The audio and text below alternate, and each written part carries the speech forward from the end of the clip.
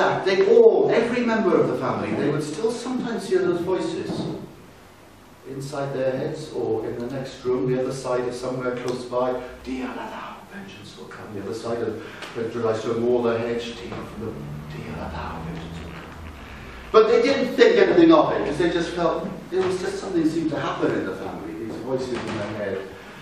And they knew the tradition, the story of the ancestors who ploughed the fields and the fairy curse, and that was something that happened a long time ago. And they knew something terrible was going to happen at some point in the future. But that was the future and a long time ago, and they just carried on living their life. And this farmer, he had a son called Rhydderch. Our brother was courting the daughter of that other farm I mentioned earlier, a couple of miles further north, Penygrind. It was called Gwerthil. And they were going to get married in the spring. But on Christmas Day, the Penygrind family were invited over. Cold night, middle of the winter, snow on the ground. And they came over, and there was another family from another neighbouring place, and maybe some smallholders or farm workers. A big crowd of people. Big celebration. There was roast goose, there was music, maybe a bit of dancing, singing, storytelling. Everyone was having a good time until there was suddenly a sound like thunder. And it felt as if the house was shaking.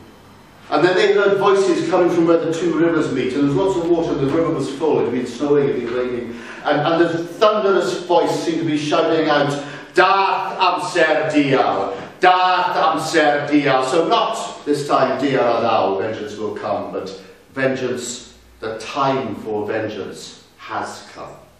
And this time it wasn't just the family hearing little whisperings in there, everyone could hear it. And they all rushed out, they rushed down to the river in the darkness, down the steep path, but they couldn't see anything. And then they headed back up the path, back to the farm. And when they got back into the kitchen, there was a strange looking old woman, or a creature in the shape of an old woman, standing on one of the tables wearing a red cloak, dancing. And one of the guests spoke to her and said, well, beth I ti moyn a peth bach hagar, a peth bach ish? What do you want, any little thing? And she said, well, fi ddim wedi dod I siarad gyda chi, ydy'n hir, dy dal. I haven't come to speak to you, you man with a long tongue, you rude man. And then there was an uneasy silence. And one of the other guests said, well, os oes rhywbeth da chi weid, gwedwch e, fi gos say it. And she said, well, wedi dod ar neges i'r teulu, ag I deulu sydd yn byw cyfagos. Message I have for the family, another family who is nearby. And she said, ma calon o forwyn ar goll, fel llong sydd yn y porthladd, ond yn methu cyrraedd y lan oherwydd bod y peilot ddim yna. Which means the maiden's heart is lost, like a ship in the harbour that can't reach the shore because the pilot is not there. And everyone looked at her, waiting for her to explain what she was talking about. And then they looked at each other to see if anyone had any ideas, and then everyone shrugged his shoulders, and they looked back and she disappeared. Well, that rather destroyed the atmosphere of the house. So one by one, people started to head for home. Apologies, good night, I'm going to go now. And then it eventually was just the two families, and the Penygrind family said, we'll go home. And Rhydderch said, I'll walk back with you. He wanted to walk his sweetheart home and her parents across the fields, snow on the ground to Penygrind. Not too far, it's about 2 miles, I think, 1.5 miles. But when they got there, they invited him in because it was cold. And they built a fire, set a fire, and they sat down talking. Everyone went to bed except the two sweethearts. And that night they vowed, they pledged eternal love for one another. They said, well, I'll always love you forever, even if I never see you ever again, all this sort of stuff. Seems a bit unnecessary because they only live 2 miles away from each other. And they're going to get married in the spring, but, young, in love.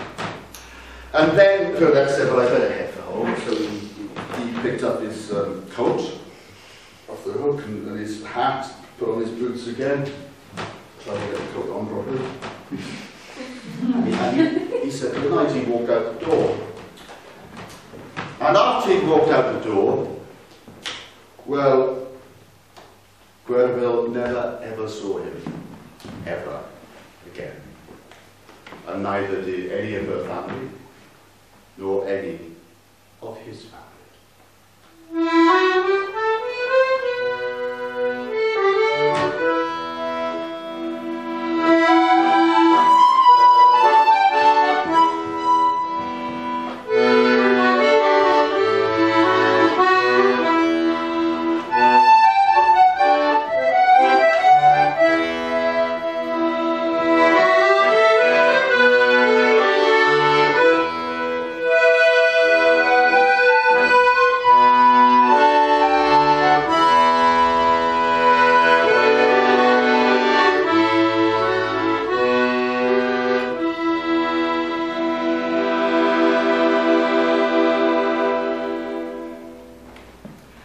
And to begin with, no one realised anything had gone wrong, because his family assumed that because it was such a cold night, he'd stayed, and Pennegraig family had found somewhere for him to stay, as to sleep, and he'd stayed, and they assumed he'd got home. But when it was discovered he was missing, they all went up searching for him on that high ground between the two valleys, because it was a cold night, there was snow on the ground. If he got lost, if he got hurt, if he'd fallen down, because Pennegraig, it's on the high ground, but then the steep-sided valley, the valley of the Rotaf, so on one side it goes down very steeply, and they were worried they might not have survived, but they wanted to at least find a body, find out what had happened, and they searched and they searched and they searched, and then in the end, not finding him, they did, his own family did what you would have done in those days, if you know, for the police to call, helicopters to call out and everything. You would go and find the Dean Hospice. There wasn't one locally, they had to go to the end of the parish, the next parish. So they spoke to the Dean Hospice, the cunning man, and they would, do you know what has happened? Because he was the man who would find someone or something that was lost.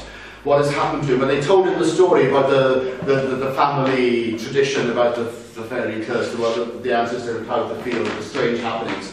And he said, "Nas dim shas. Gwelwch chi byth one of eto. You'll never find him, never see him again. Mae nhw wedi I Gymru. Mae'r bendith, mae'r Tylwyth Teg, they've taken him.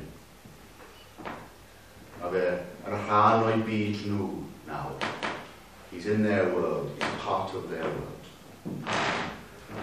So Brother's family gave up hope. Well, they came to terms with their loss. They had to, they had no choice. But Guerville never ever came to terms with her. She'd sworn undying. She would wander up and down that ridge, looking for him, night and day, winter and summer. And her family said, "No, you have to give up.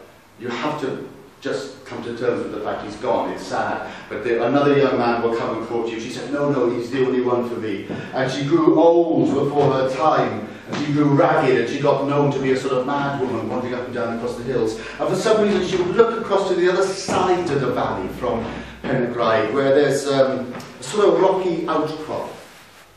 Taren y Cigfran, the Raven's Cliff, the Raven's Rock, or something like that. The sort of place where the rocks that make up the inside of the earth emerge above the surface of the earth. The sort of place where you feel there might be a gateway between what is above the earth and beneath the earth, this world and the other. For some reason she would stare towards Taren y Cigfran.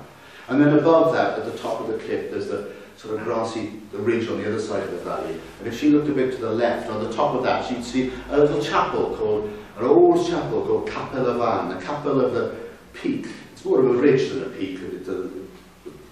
What's it called? Cefn y Fan, the ridge of the peak. But anyhow, the high ground on the other side. And she'd be staring at those two places, no one knew why. But eventually she died young, died before her time, died of a broken heart. And when she died, that chapel is where her parents took her to, where they buried her.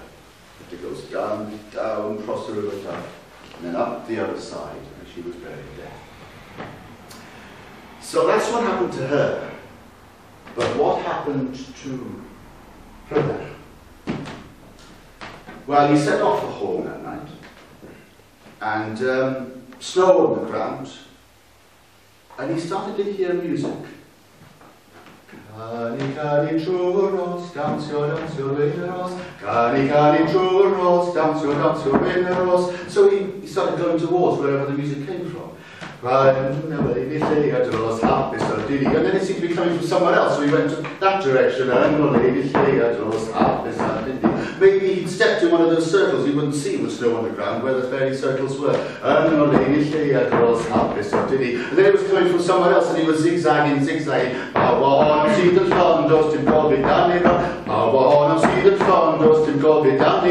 he didn't know where he was going, and he was lost, and he was led astray. He was pisky led, as they say in some places. And then, I suppose, maybe he started to see them. I don't know, these strange creatures dancing in a circle, and he started dancing with them.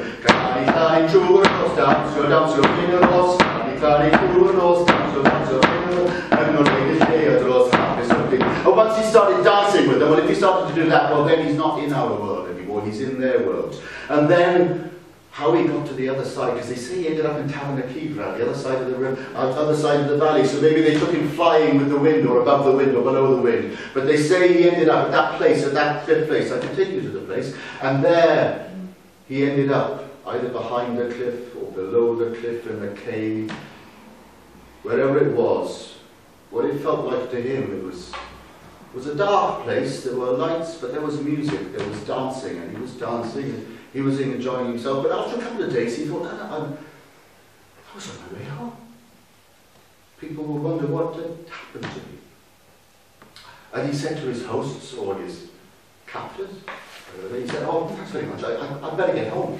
So he emerged out of the cliff into the sunlight, and his first instinct was to head uphill. You can't go straight up the cliff, you sort of go sideways and up, and there's a path through the forest. And then you get out of the forest, up on the bare top, the bare ridge. And then you're quite close to Capel that chapel, the old chapel. For some reason, his instinct was to head towards there. But when he got there, it wasn't there.